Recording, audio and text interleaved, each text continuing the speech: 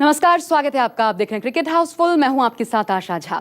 आज सबसे पहले बात करते हैं उस 18 साल के लड़के की जिन्हें अगला धोनी कहा जा रहा है। किसी समय में रॉबिन उथप्पा धोनी के काफी करीबी थे। उथप्पा और धोनी की काफी अच्छी दोस्ती हुआ करती थी। आज वही उथप्पा मान रहे हैं कि 18 साल का युवा खिलाड़ी रियान पराग फ्यूचर का धोनी बन सकता है, लेकिन इसके लिए रियान के साथ थोड़ी मेहनत भी करनी होगी और साथ ही रियान का ख्याल भी रखना होगा। तो आखिर ऐसा क्या है रियान पराग में जिसने लोगों को अपनी ओर आकर्षित किया है और धोनी का अक्स जिसकी वजह से रियान में नजर आ रहा है? ये रिपोर्ट देखिए।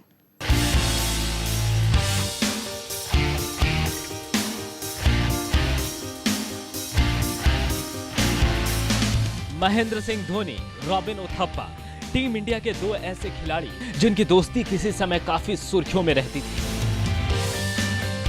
ऐसा नहीं था कि धोनी की दोस्ती की वजह से रॉबिन उथप्पा को टीम इंडिया में खेलने का मौका मिला था। उथप्पा 2007 वर्ल्ड कप की उस टीम का भी हिस्सा थे जो वर्ल्ड कप के पहले दौर से बाहर हो गई थी। भारतीय खिलाड़ियों के खिलाफ पूरे देश में विरोध प्रदर्शन हुआ था। वही रॉबिन उथप्पा 2007 की उस टीम का भी हिस्सा थे जिसने धोनी की कप्तानी में वर्ल्ड कप अपने नाम किया था। चंद महीने पहले पत्थर फेंकने वाले लोग ही भारतीय टीम का फूलों से स्वागत करते नजर आए थे। 2007 T20 वर्ल्ड कप में उथप्पा ने बल्ले से अच्छा प्रदर्शन भी किया था। खैर, कहने का मतलब यह है कि रॉबिन उथप्पा ने धोनी की कप्तानी और कीपिंग को काफी नजदीक से देखा और परखा है। रॉबिन उथप्पा में भी कुछ गुण धोनी जैसे थे। रॉबिन उथप्पा विकेट कीपिंग भी करते थे और साथ ही आईपीएल में उथप्पा ने कई यादगार पारियां भी खेली। अब धोनी को लेकर उथप्पा का मानना है कि टीम इंडिया को आने वाले समय में अगले धोनी की जरूरत होगी। उथप्पा की नजर में न तो ऋषभ पंत और ना ही संजू सैमसन और ना ही कोई कीपर धोनी साबित हो सकते हैं। उथप्पा का यकीन और विश्वास इस 18 साल के लड़के पर है। आप भले ही इसे नहीं पहचान पाए, लेकिन और भी लोगों का मानना है कि इस युवा लड़के में काफी हुनर है। इस युवा विकेटकीपर बल्लेबाज का नाम रियान पराग है। धोनी जब युवा थे उस समय पराग को धोनी से मिलने का मौका मिला था और फिर पिछले साल आईपीएल में नजर आई ये तस्वीर जो सपना सच होने जैसा था।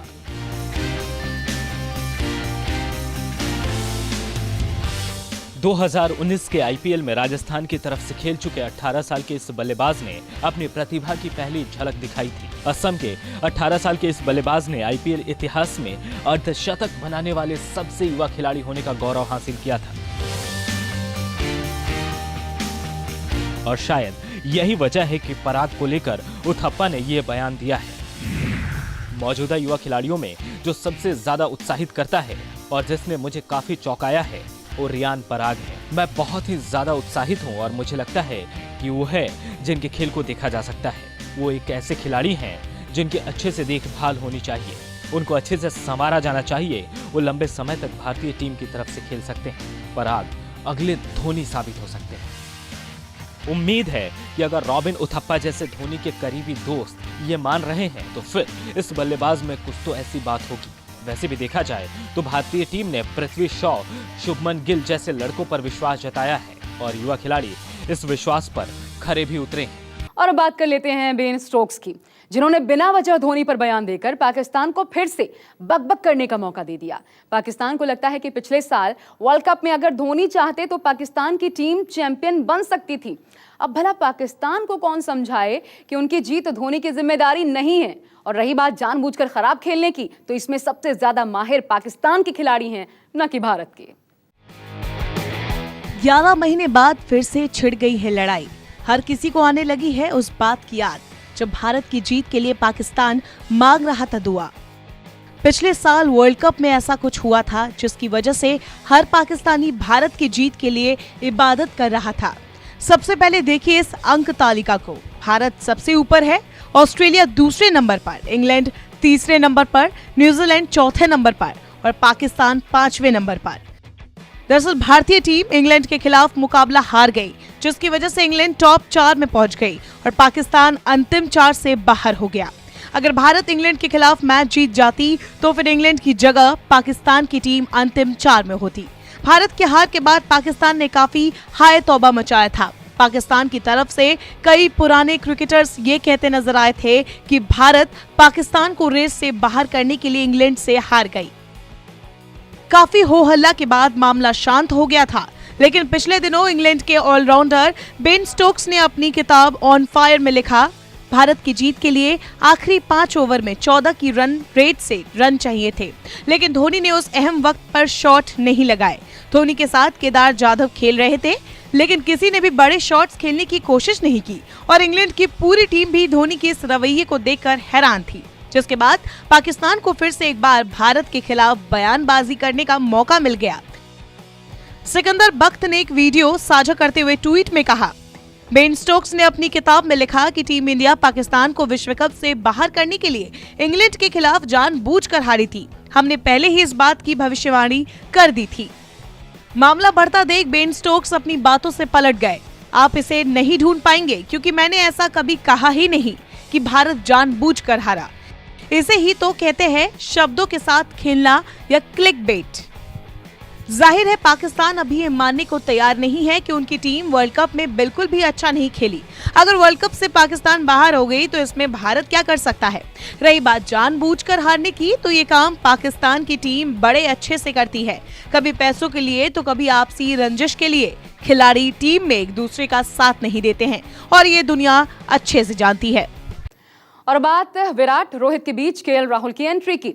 कई बार बिना वजह इस बात की चर्चा होती है कि विराट को रोहित के साथ कप्तानी बांट देनी चाहिए। वैसे कई लोग ये भी मानते हैं कि इससे विराट को भी फायदा होगा और वो गेम पर ज्यादा फोकस कर पाएंगे, कप्तानी का वर्कलोड कम हो जाएगा। लेकिन अब विराट रोहित के बीच कप्तानी को लेकर राहुल की भी एंट्री हो चुकी है। तो आखिर क्या है ये पूरा मामला, इस रिपोर्ट में देखिए। टीम इंडिया की कप्तानी में आ गया है नया ट्विस्ट। विराट रोहित के बीच हो गई है तीसरे की एंट्री। विराट का फेवरेट कर सकता है कप्तान कोहली का वर्कलोड कम। काफी दिनों से इस बात पर बहस हो रही है कि विराट कोहली और रोहित शर्मा के बीच कप्तानी का बंटवारा कर देना चाहिए। इससे विराट कोहली को भी फायदा होगा, क्योंकि विराट न सिर्फ क्रिकेट के तीनों फॉर्मेट में टीम की अगुवाई करते हैं, बल्कि विराट पर बल्लेबाजी की भी सबसे बड़ी जिम्मेदारी होती है। ऐसे में अगर T20 और वनडे की कप्तानी रोहित को दी जाती है तो फिर इससे टीम को फायदा हो सकता है। हालांकि इंग्लैंड के पूर्व कप्तान नासिर हुसैन जैसे पुराने दिग्गज का मानना है कि विराट कप्तानी नहीं छोड़ सकते। खैर, अब विराट और रोहित के बीच जिस तीसरे शख्स की एंट्री हुई है वो है केएल राहुल। दरअसल विराट कोहली की उम्र 31 साल है, रोहित की उम्र है 33 साल, वहीं केएल राहुल की उम्र है 28 साल। अगर विराट और रोहित के बाद देखा जाए तो केएल राहुल ऐसे खिलाड़ी हैं जो क्रिकेट के तीनों फॉर्मेट में हिट हैं। साथ ही उम्र कम है, ऐसे में राहुल लंबी रेस के कप्तान साबित हो सकते हैं। राहुल में कप्तानी का हुनर भी है। इससे पहले विराट को लेकर केएल राहुल ने यह बयान दिया था, अगर कप्तान का साथ नहीं मिलता तो मेरे लिए वापसी मुश्किल थी। विराट ने लगातार मेरे ऊपर भरोसा जताया। कुछ लोग मेरे करियर को लेकर ये तक कह रहे थे कि मैं फिनिश हो चुका हूं। दरअसल केएल राहुल खराब फॉर्म की वजह से टीम में अंदर बाहर होते रहे हैं, लेकिन पिछले साल वर्ल्ड कप के बाद से राहुल ने लगातार अच्छा प्रदर्शन किया और कप्तान के भरोसे पर खरे उतरे। ऐसे में माना जा रहा है कि आगे बतौर कप्तान विराट कोहली की पहली पसंद केएल राहुल बन सकते हैं।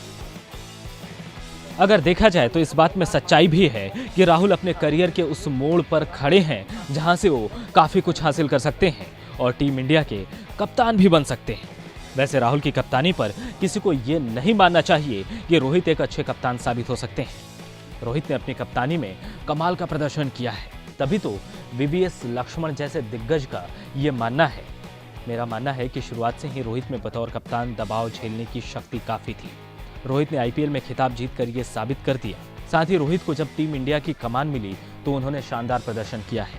जाहिर है रोहित में कप्तानी की भी जबरदस्त हुनर है और यही वजह है कि कुछ लोग रोहित के साथ विराट की कप्तानी बांट देने की बात करते हैं। लेकिन क्रिकेट में एज फैक्टर काफी मायने रखता है। ऐसे में यह माना जा सकता है कि आने वाले समय में राहुल की दावेदारी काफी मजबूत हो सकती है। और अब बात कर लेते हैं उस टीम की जिसमें विराट और रोहित को जगह नहीं मिली है, बल्कि युवा पृथ्वी शॉ के शुभमन गिल को शामिल किया गया है। हालांकि ऑस्ट्रेलिया के स्टीव स्मिथ टीम में शामिल किए गए हैं। आखिर बिना विराट रोहित की किस टीम की कल्पना की गई है, देखिए ये रिपोर्ट। कोरोना वायरस महामारी की वजह से सभी क्रिकेट गतिविधियों पर ब्रेक लगा हुआ है। लगभग सभी देश लॉकडाउन के हालात से गुजर रहे हैं। क्रिकेटर्स घरों में अपने परिवार के साथ वक्त बिता रहे हैं। अधिकतर क्रिकेटर सोशल मीडिया के जरिए फैंस से जुड़े रहने की कोशिश में लगे हुए हैं। इस वायरस की वजह से IPL 2020 अनिश्चितकाल के लिए स्थगित हो चुका है।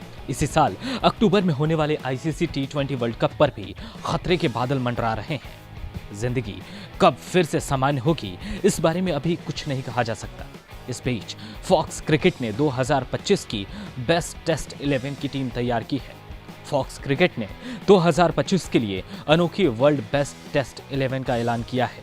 इस प्लेइंग 11 में आज के कई बड़े नाम शामिल नहीं हैं।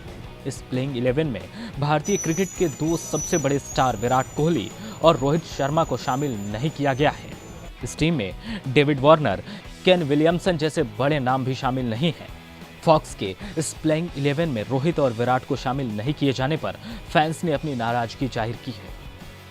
फॉक्स क्रिकेट ने 2025 की इस वर्ल्ड बेस्ट टेस्ट 11 के ओपनर के तौर पर दो भारतीय क्रिकेटरों को चुना है। भारतीय युवा खिलाड़ी पृथ्वी शॉ और शुभमन गिल को ओपनर के लिए टीम में शामिल किया गया है। ये दोनों ही खिलाड़ी ICC अंडर-19 वर्ल्ड कप और अपने परफॉर्मेंस से सुर्खियां बटोर चुके हैं। दिग्गज खिलाड़ियों का कहना है कि ये दोनों ही भारतीय क्रिकेट के भविष्य हैं। हालांकि चौंकाने वाली बात यह है कि इस प्लेइंग 11 के मिडिल ऑर्डर के लिए मौजूदा ऑस्ट्रेलियाई बल्लेबाजों को चुना गया है।